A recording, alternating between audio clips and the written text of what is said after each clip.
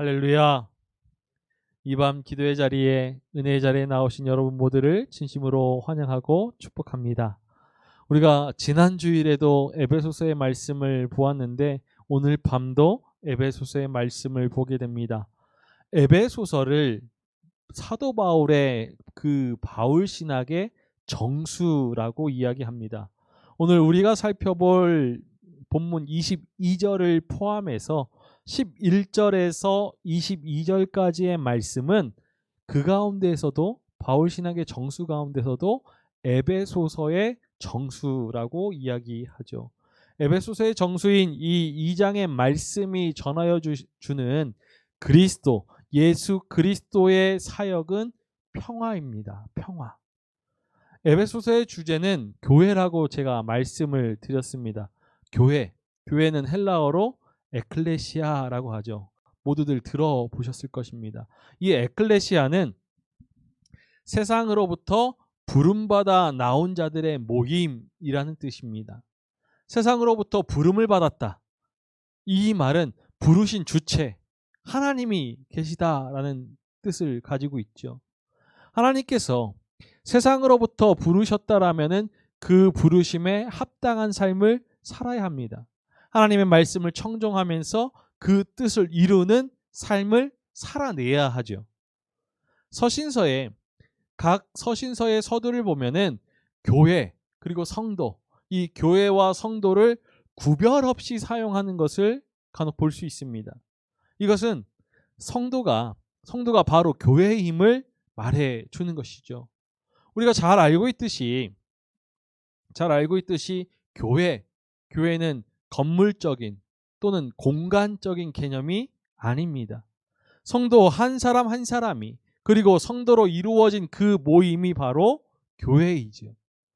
에베소서 2장의 말씀은 하나님께서 그리스도 예수 안에서 그 교회를 어떻게 부르셨는지 또 교회가 어떠한 특성을 가지고 있는지를 보여주는 에베소서의 정수, 바울 신학의 정수 가운데서도 에베소서의 정수라고 이야기할 수 있습니다.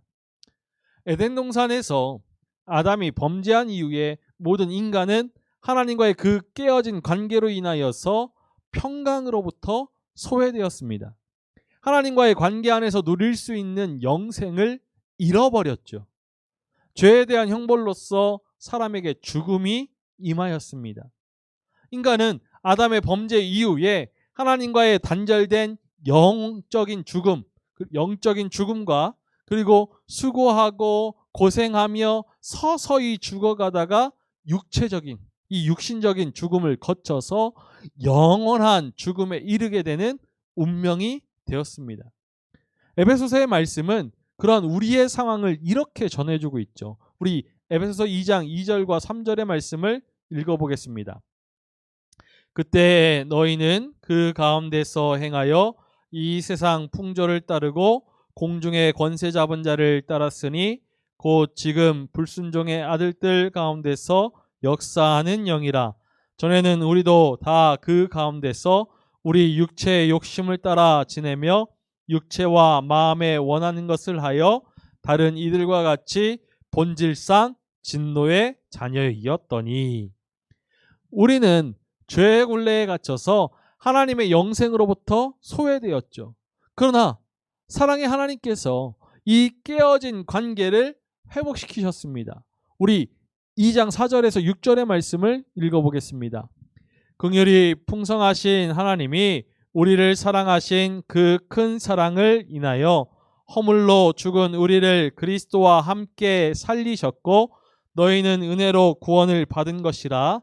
또 함께 일으키사 그리스도 예수 안에서 함께 하늘에 앉히시니.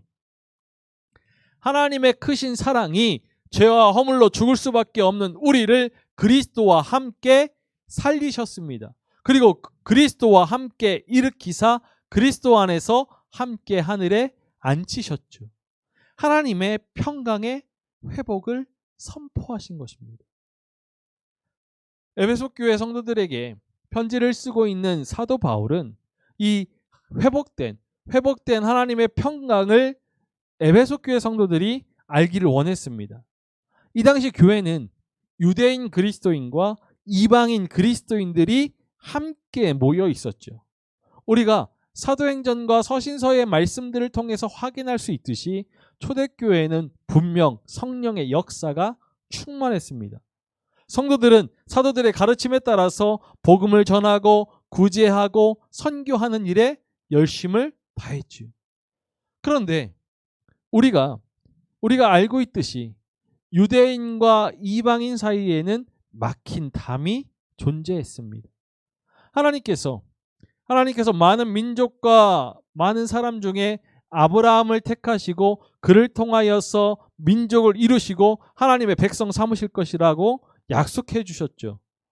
아브라함과 맺은 그 언약은 역사 속에서 분명히 성취되었습니다.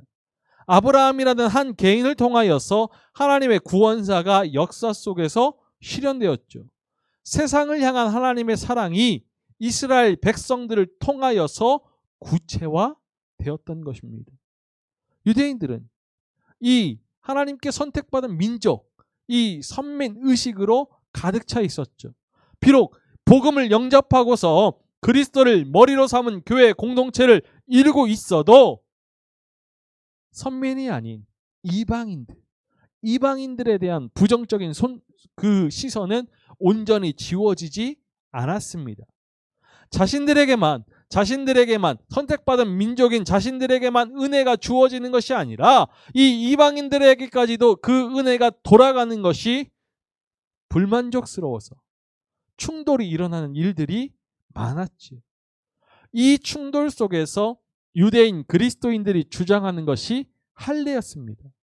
하나님께 선택받은 민족이라는 그 증거가 바로 할례였기 때문이죠. 이 할례가 유대인 그리스도인과 이방인 그리스도인의 구분점이 되었죠. 유대인들은 이방인들을 개로 부르고 또 하나님께서 이방인들을 지옥의 땔감으로 사용하기 위하여서 창조하셨다라고 여겼습니다. 선민인 유대인들은 그들만이 하나님께 사랑받을 수 있는 존재라고 생각했던 것이죠.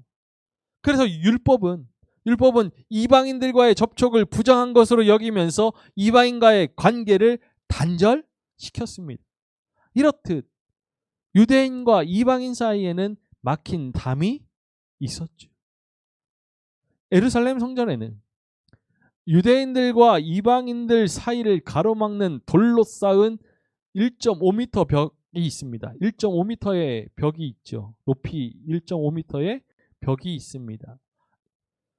이 성전 바깥들인 이방인 뜰을 넘어서서 성전 안으로 들어가는 그 입구에 경고문이 붙어 있는데 어떤 이방인도 이 담 안으로 들어오는 것을 금한다. 어기는 자는 사형에 처한다라는 경고문이 붙어 있습니다. 이 성전 안 뜰과 바깥 뜰을 구분하는 이 높은 벽은 유대인과 이방인을 분리시키는 벽이었습니다. 혈통과 민족 그리고 문화와 종교를 구분짓고 서로를 가로막는 담이었죠. 그러나 이 중간에 막힌 담을 예수 그리스도께서 허무셨습니다. 우리 2장 14절의 말씀을 읽어보겠습니다. 그는 우리의 화평이신지라 둘로 하나를 만드사 원수된 것 곧 중간에 막힌 담을 자기 육체로 허시고. 그리스도는 우리의 화평이시기에 서로를 구분짓고 가로막는 그 담을 더 이상 의미 없도록 만드셨습니다. 십자가에서 흘리신 그리스도의 보혈이 상종하지 않던 유대인과 이방인들을 화평하게 하셨죠. 우리 이어서 15절의 말씀도 읽어보겠습니다. 법조문으로 된 계명의 율법을 폐하셨으니 이는 이 둘로 자기 안에서 한 새 사람을 지어 화평하게 하시고. 그러므로 한 새 사람이 되었다라고 사도 바울이 말합니다. 결코 하나가 될 수 없었던 유대인과 이방인이 하나가 되었다라고 말하죠. 유대인과 이방인의 이러한 간격이 얼마나 넓은지 에베소서에서 사도 바울은 이미 전하여졌습니다. 우리 11절과 12절의 말씀을 읽어보겠습니다. 그러므로 생각하라. 너희는 그때 육체로는 이방인이요 손으로 육체에 행한 할례를 받은 무리라 칭하는 자들로부터 할례를 받지 않은 무리라 칭함을 받는 자들이라. 그때 너희는 그리스도 밖에 있었고 밖에 사람이라. 약속의 언약들에 대하여는 외인이요 세상에서 소망이 없고 하나님도 없는 자더이. 에베소 교회 성도들, 이방인 그리스도인들이 아직 그리스도인이 되지 못하였을 때 그들은 말 그대로 이방인이었습니다. 그리고 할례를 받지 않은 무리였죠.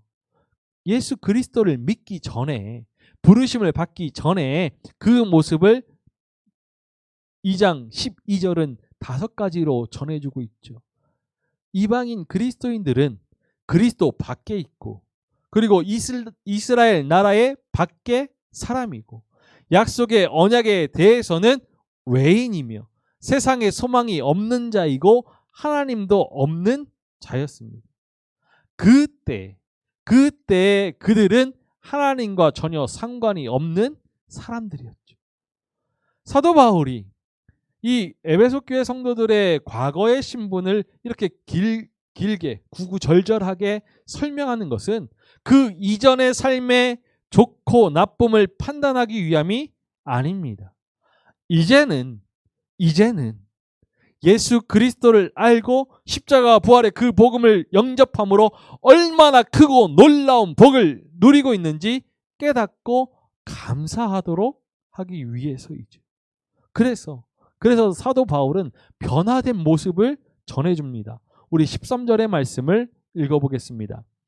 이제는 전에 멀리 있던 너희가 그리스도 예수 안에서 그리스도의 피로 가까워졌느니.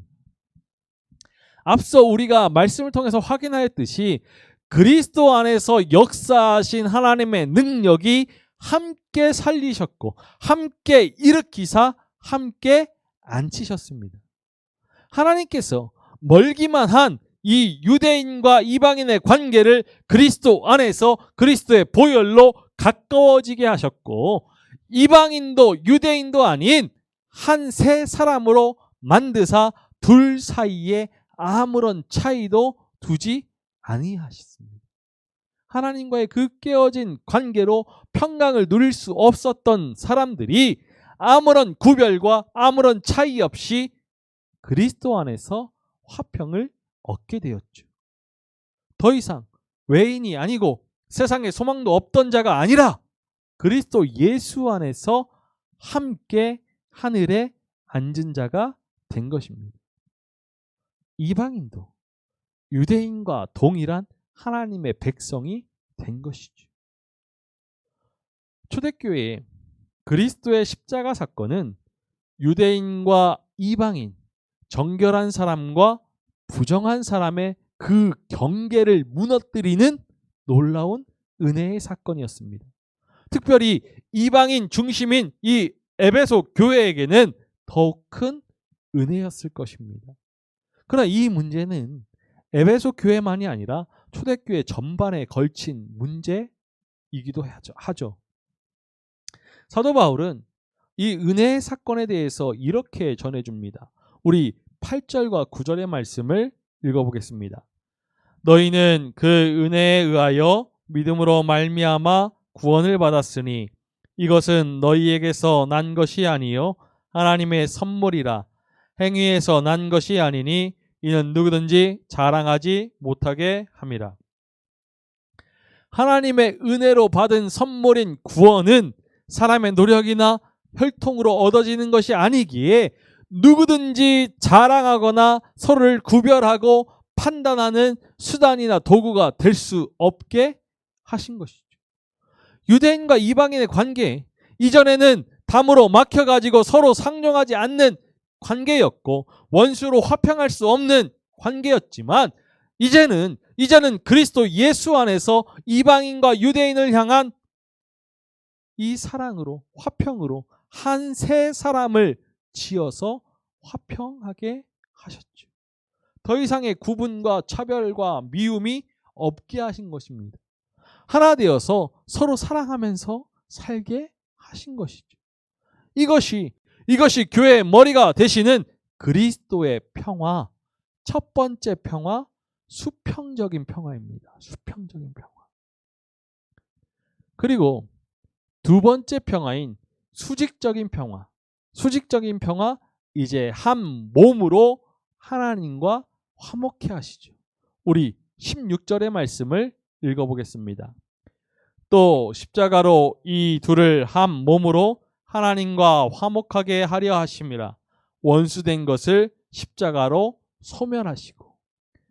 하나님과 화목을 이루는 그 구원의 은혜에 대해서는 앞서도 말씀드렸습니다.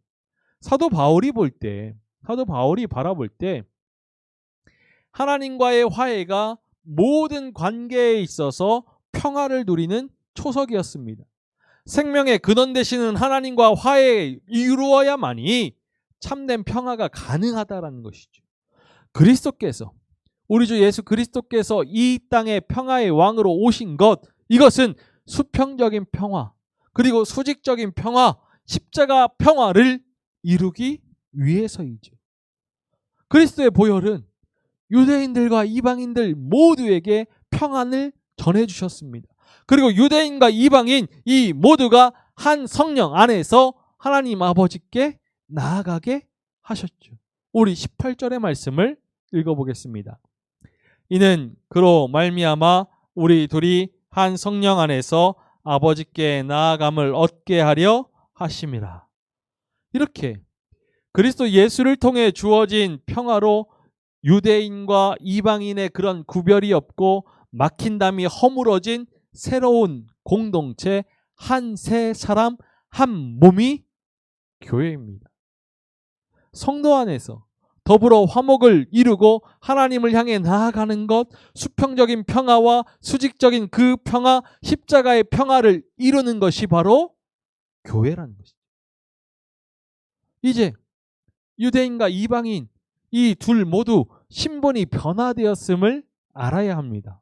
우리 19절의 말씀을 읽어보겠습니다. 그러므로 이제부터 너희는 외인도 아니요 나그네도 아니요 오직 성도들과 동일한 시민이요 하나님의 권속이라. 더 이상 언약 밖에 있는 자들도 아니고 나그네도 아닙니다. 성도들과 동일한 시민이죠. 하나님 나라의 백성으로서 모든 특권을 다 누리게 되는 것입니다.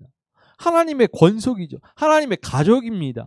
원수로 상징되었던 유대인과 이방인의 관계가 이제는 적대적인 그 관계를 넘어서서 평화를 누리고 그리스도 예수 안에서 하나님의 가족이 되었습니다.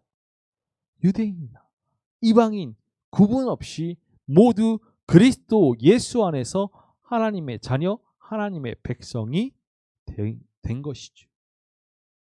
이제 이렇게 하나님의 백성의 그 자격을 얻은 이들에게 사도 바울은 건물의 비유를 들면서 함께 지어져가는 교회가 되도록 권면합니다. 우리 20절의 말씀을 읽어보겠습니다. 너희는 사도들과 선지자들의 터 위에 세우심을 입은 자라. 그리스도 예수께서 친히 모퉁이 돌이 되셨느니라. 교회의 시작점은 모퉁이 돌 되시는 예수 그리스도입니다.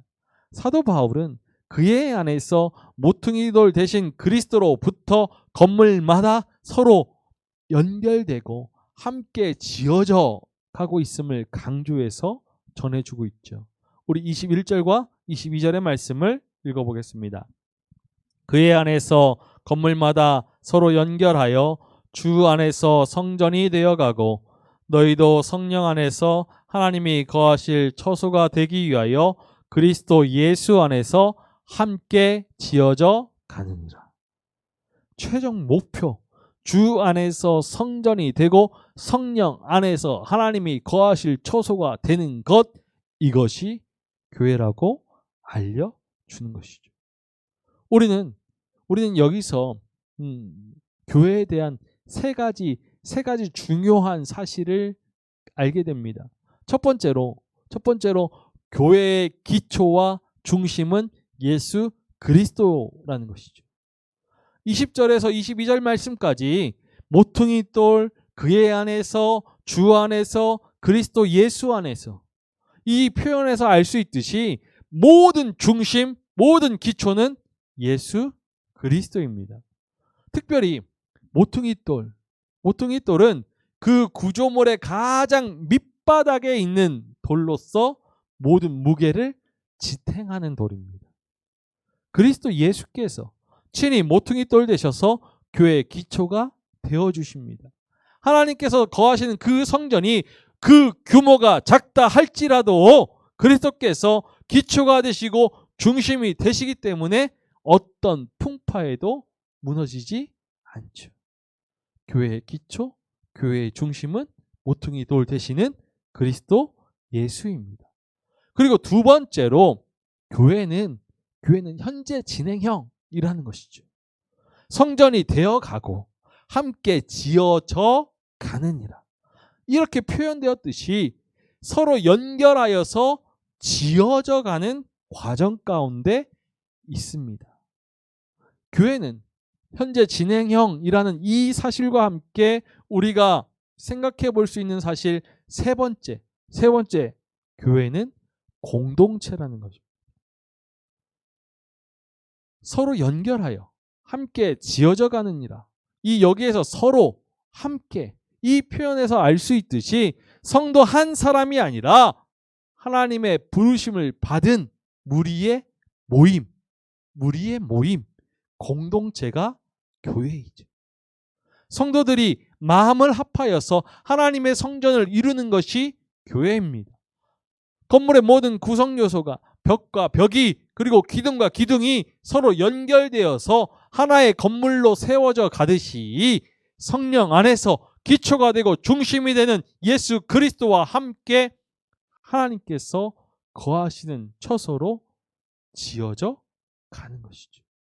교회는 현재 진행형의 공동체입니다. 교회의 존재에 대해서 우리는 이 세 가지 사실을 분명히 기억해야죠. 예수 그리스도를 중심으로 여전히 되어가고 지어져 가는 교회이고 너, 나 구분 없이 차별 없이 서로 함께 지어져 가는 교회가 바로 그리스도께서 머리 되시고 성도들이 그리스도의 몸을 이루는 교회, 바로 우리 공동체입니다. 오늘 이 본문의 말씀을 22절 본문의 말씀을 포함한 이 단락의 시작은 그러므로 생각하라라는 말로 시작합니다. 11절 말씀에서 그러므로 생각하라라고 시작하고 있죠. 하나님을 알지 못하던 그때를 기억하라는 것입니다. 그리스도 밖에 있던 그때를 기억하라는 것이죠. 그리고 이제는 예수 그리스도께서 우리에게 하신 일을 기억하라는 것입니다. 우리 주 예수 그리스도께서 사람과 사람 사이에 그 막힌 담을 허무시고 서로 화목하게 하시고 또 하나님과의 깨어진 그 관계를 회복시켜 주셨습니다. 그리스도께서 우리의 화평되어 주심을 기억해야죠. 그리고 그리스도 안에서 구원받고 하나님의 자녀가 되어서 한 새 사람으로서 하나님께서 거하실 처소로 성전으로 지어져 가고 있음을 기억해야 합니다. 이것이 오늘 사도 바울이 에베소서의 말씀을 통하여서 우리에게 전하여 주고 있는 메시지이죠. 이 땅에서 하나님 나라를 가시적으로 보여주는 공동체, 교회는 오늘 우리가 보는 말씀의 제목과 같이 함께 지어가는 교회입니다. 함께 지어가는 나라, 함께 지어가는 하나님의 나라 공동체이지요. 하나님께서 거하시는 처소, 그리스도의 몸된 교회로 성도 간의 연합이 이루어져야 하는 것입니다. 그리스도의 보혈이 하나님과의 그 화평을 이루게 하시고 성도와 성도의 사이에 화평을 누리도록 하시는 그 평화를 이루어야 하는 곳이 교회입니다. 교회는 민족이나 혈통, 빈부, 귀천으로 담을 세우는 것이 아니지요. 우리 주 예수 그리스도께서 십자가에 흘리신 그 보혈의 공로를 힘입어서 하나님과 화평을 이루고 성도의 화평을 이루기 위해서 힘써야 하는 것입니다. 그리스도의 반석 위에 세워져서 자녀를 사랑하시되 끝까지 사랑하시는 그 하나님의 충만한 임재를 보여야 하는 것이죠. 하나님께서 주시는 평안을 누리면서 평안을 증거해야 하는 것입니다. 지난 주일에도 말씀드렸지만 이 에베소에는 고대 불가사의 중에 하나인 아데미 신전이 있습니다. 17m 높이의 이 기둥 100개가 신전을 떠받치고 있는 이 신전의 위용은 말로 표현할 수 없지요. 그런데 사도 바울은 이 에베소의 아데미 신전이 아니라, 그리고 예루살렘의 크고 화려한 성전이 아니라 십자가 부활의 복음을 영접하고서 그리스도의 이름으로 가정에서 조촐하게 모여있는 그 무리의 모임이 바로 하나님께서 거하시는 처소 성전이라고 전해줍니다. 이것이 교회의 신비이고 교회의 위대함이죠.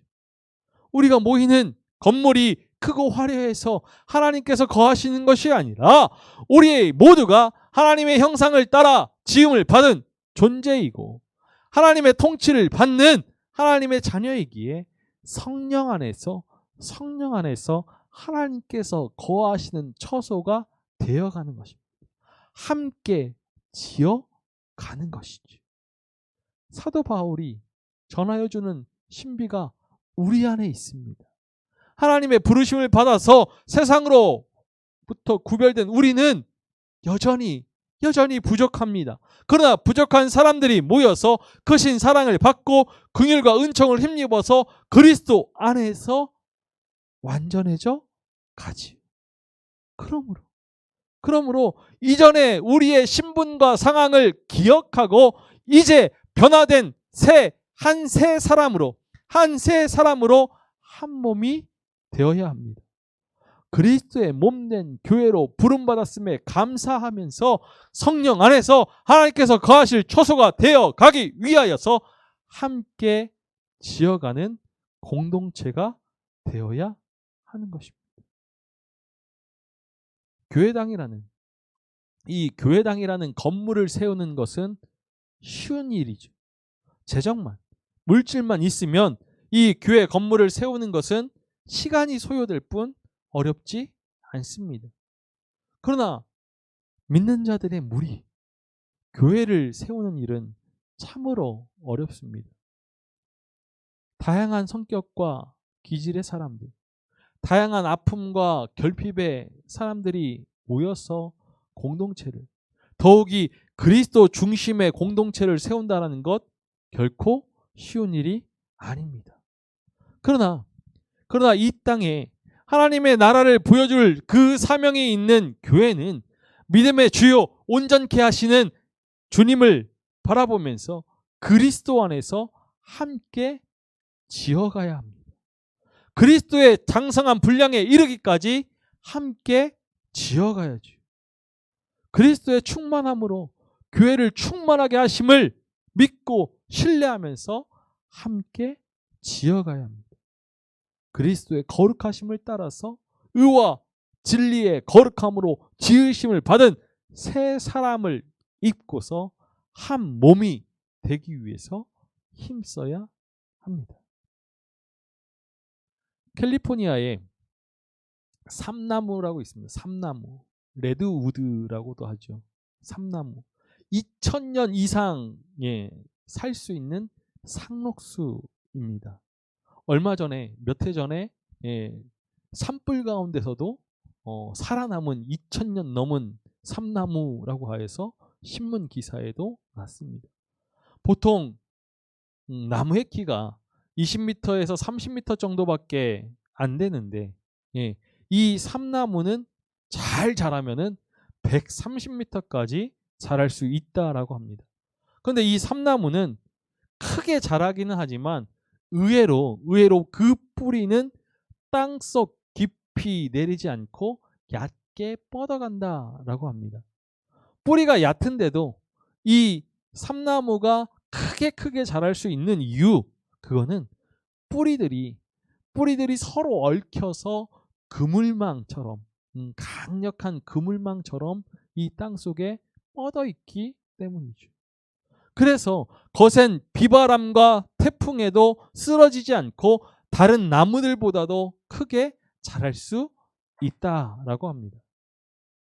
우리는 하나님께서 거하실 처소로 함께